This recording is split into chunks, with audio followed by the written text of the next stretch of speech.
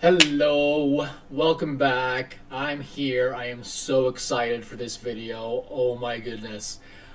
I haven't seen this guy in a while. I used to cover him. I covered him quite a bit on my other channel um, before I moved over to this and doing this now exclusively.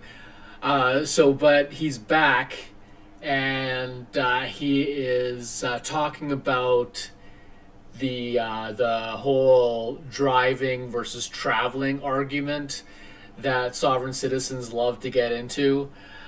So I have edited this down a little bit, so it's not the complete video. I've taken out some things. Just for length's sake, and it's still a 10-minute clip. So let's get into it here. What's up, guys? It's your boy, the Bad Wolf. Alright, so in this particular video, I'm going to break down the full Monty of right to travel, okay? Because people seem to shortcut the process, or they didn't watch all the videos. So at least if you see this one, ignore all other people's right to travel videos out there. We're going to break it down right here, right now. Right, because James Lovett is the expert on being a sovereign citizen. Of course, he doesn't call himself a sovereign citizen. He calls himself a U.S. national. And if you've been following me on my other channel, I broke down what a U.S. national is. A U.S. national is someone who is born in American Samoa or Swains Island. Those are U.S. nationals because those are U.S. territories, but they are not U.S. citizens. The good news is all U.S. citizens are U.S. nationals by default. Okay, so let's continue. All right. If you have a car, ideally you want a car that is paid off and you have the title. Okay, is your property under USC 9-109. Okay, it's considered consumer goods or household goods. Okay, it's yours, it's private. If your vehicle is not paid off. Now, I really have no idea if that's true or not, but what I do know is that the law does not make the distinction of how your vehicle is or the status of the vehicle. The law doesn't care about the vehicle, it cares about the driver. It is registered with the state. They have it, they have your title, and you have it registered with the DMV. Those are all state and federal things, depending on where you are, what you got going on, but they're registered, period. Okay? That being the case, you cannot just do right to travel legally. Lawfully, yes, but legally, no. He thinks he knows the law. He talks a lot about the law. And his favorite reference manual for the law is Black's Law Dictionary, which is absolute nonsense. And keep in mind, James Lovett never once, never will, never has, never will do, never will have had done anything that gives him, or he never produces any evidence. He doesn't cite any sources. He doesn't put up a web page. He doesn't do any of this. He cites things off the top of his head because he thinks he's a genius. And we are just supposed to take his word for it. Unfortunately, of course, it doesn't work that way. We want to do things legally so that they know that we are not in their jurisdiction on both sides of the force, good and bad, light and dark. All right. Right, so he talks about jurisdiction, and I don't understand the sovereign citizen argument for jurisdiction, because if you're within the United States, if you're within the boundaries or the borders of an individual state, you are subject to that state law. You are in that state's jurisdiction, and then on a larger scale, under the jurisdiction of the United States. There is no way to get out of that. You are occupying physical space within the borders of the United States. Therefore, the laws that govern that country apply to you. That's it. That's all. Bottom line, there are no exceptions. All right. So, If you're a CDL driver, you cannot do this. Wait. In your truck for profit. That's commercial. Your private vehicle that you use from your house or your mistress's house or a lot lizard or whatever you do to work is private if it's paid off.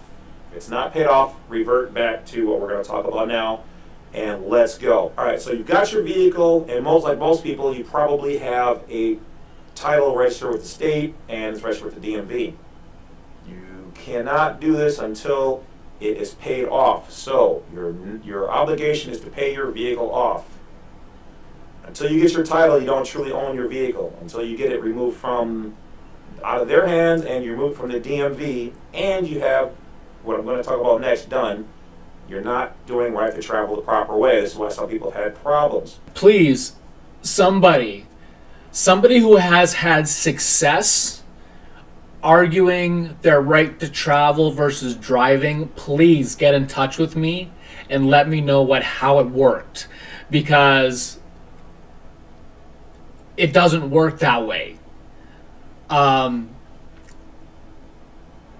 You can't divorce your car from the body that governs drivers. I mean, first of all, it's not, they don't license your car, they license the driver. It just doesn't make sense. Why? Okay. First thing you need to do, if you're going to do this, pay off your vehicle. Okay? It's got to be done. That really makes no difference to the DMV. They don't care who owns the car. Before you actually do right to travel, you're out there doing this, educational information only. Pay off your vehicle, get your title. Okay. Other things you want to do. You want to go to blacksite32.com. You want to download as many right to travel information things I have on there. Yeah, so that's his personal website where he sells packets of documents that people can use in their package that they keep in their car, so when they are inevitably pulled over, they can go to the cop and say, "Here, read this," and it'll prove to you that you have no jurisdiction to pull me over. The cop is gonna look at you and go, "Are you fucking crazy?" That's not how it works. That's not how any of this works. He doesn't care. He only cares that you're driving a vehicle without plates. He only cares that you're driving a vehicle without a license. That's his job. His job is not to argue the law. His job is to enforce the law as it's written. If you want to argue the law, go to court. That's the appropriate venue for arguing the law. That's the whole point of court.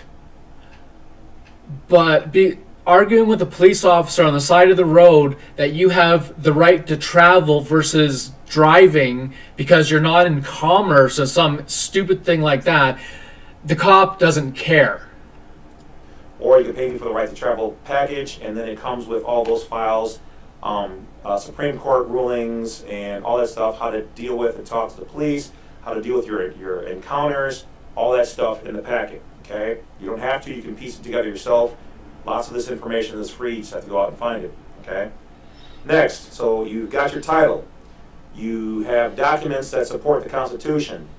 You really should change your status either via the I-9, send out your affidavit of status to your chief of police, to your attorney general, to the White House, to the governor, and let them know who and what you're doing.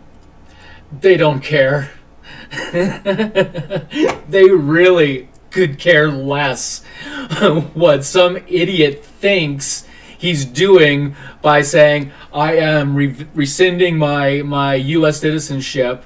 Well, you know what they do to people that aren't U.S. citizens? They deport them. Man, think about it. You do have the right to give up your citizenship. But by doing that, you give up the right to live in the United States as and get all the benefits thereof. But really, I mean, if you just think about this stuff a little bit, you'll realize that this guy makes no sense. Okay, now you're giving them, now you're taking away their ability to label you as a U.S. citizen because they have jurisdiction over that person. Now, next, each state is going to be a little bit different, but typically each state allows for private travel. They don't have jurisdiction over it, so they're not going to really want to talk about it or acknowledge it.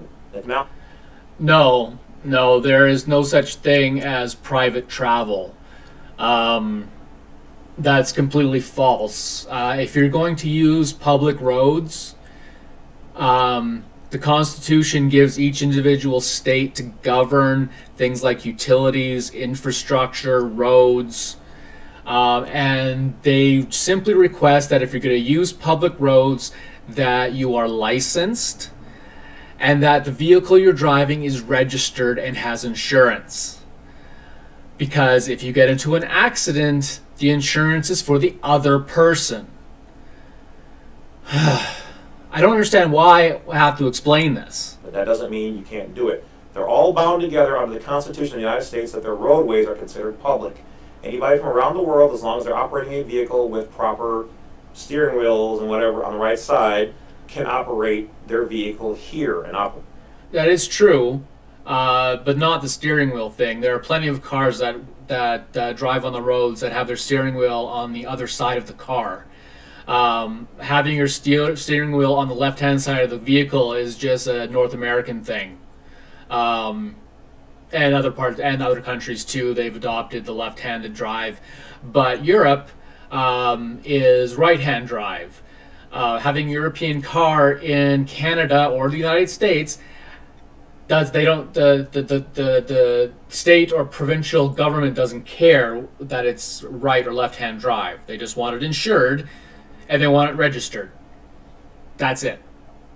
Operating your vehicle in good working and safe conditions. Okay? As long as that is the case, and your vehicle is paid off, okay, one of the next things you're going to do is contact your DMV. If this is for you, CDL people can't really do this because they have to have their CDL, but you want to get rid of all of their contracts and agreements and licenses, okay? You're going to want to turn in your Jackie Fig, God rest her soul, passed away, was one of the first people I came across who has been doing this for years. I've been doing this for years. Hundreds, if not thousands of people have been doing this for years, but it's private. Well, I would have to call bullshit on your numbers there, James. The fact that you are getting away with it does not mean that you've changed anything.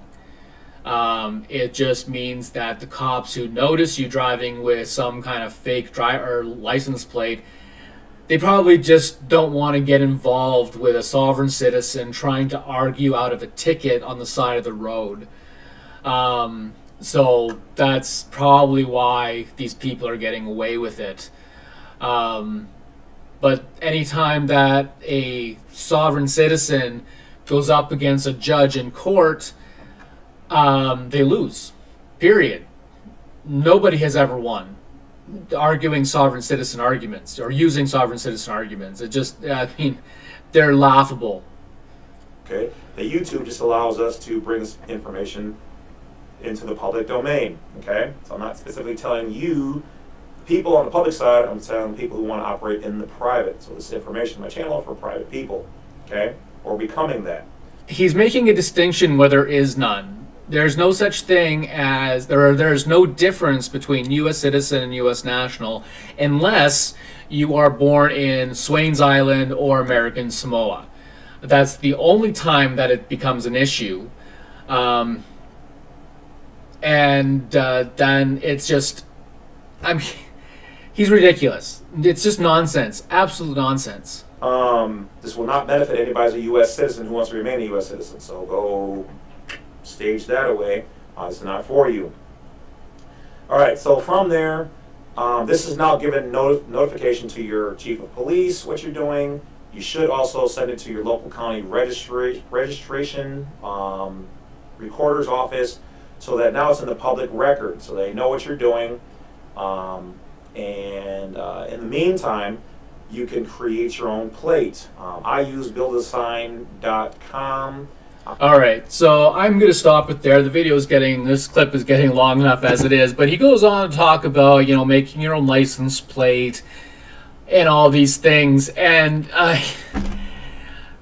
please, if somebody has actually successfully argued with a police officer or argued in court that they are exempt from certain laws because they are a sovereign citizen or a U.S. national, then please let me know. I'm dying to find out if this stuff actually works, because there are plenty of people who try this stuff and it doesn't work. In fact, I'd probably be comfortable saying that it never works.